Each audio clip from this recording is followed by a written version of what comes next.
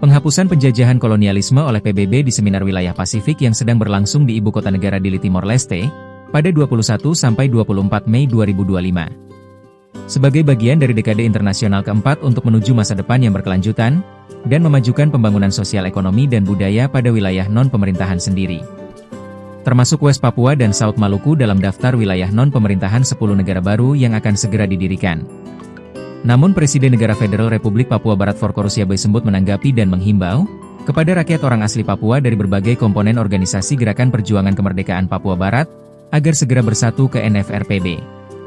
Untuk membawa satu agenda, yaitu pengakuan dan peralihan kedaulatan dari NKRI kepada NFRPB pada Komisi 24 Dewan Dekolonisasi PBB.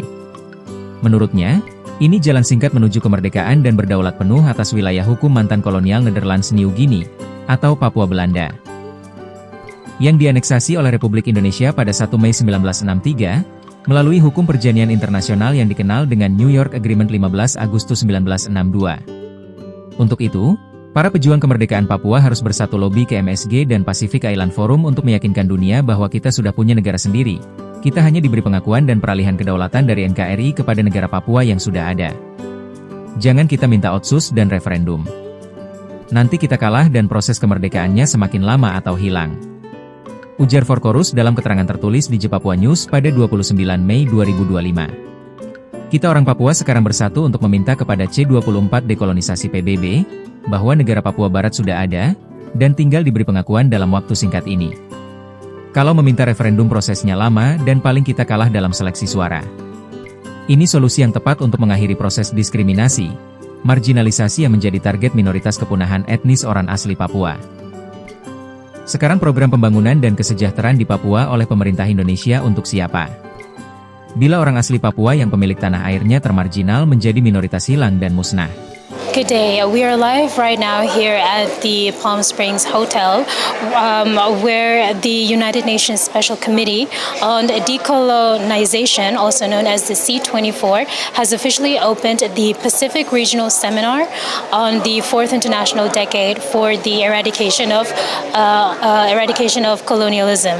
Today marks day one, Wednesday 21st May 2025, and it began with an official opening ceremony.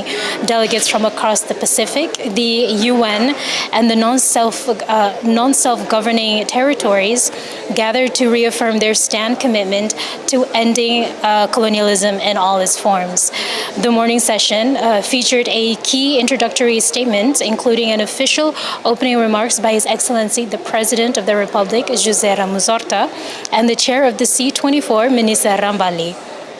Present at the stand was the Timor-Leste's Minister for Foreign Affairs and Cooperation, as well as the Permanent Ambassador for Timor-Leste in the UN, the UN Secretariat, representatives of the host country Timor-Leste, and officials from the UN system, emphasizing the importance of self-determination, partnership, and also ensuring that decolonization leads to sustainable development for future generations.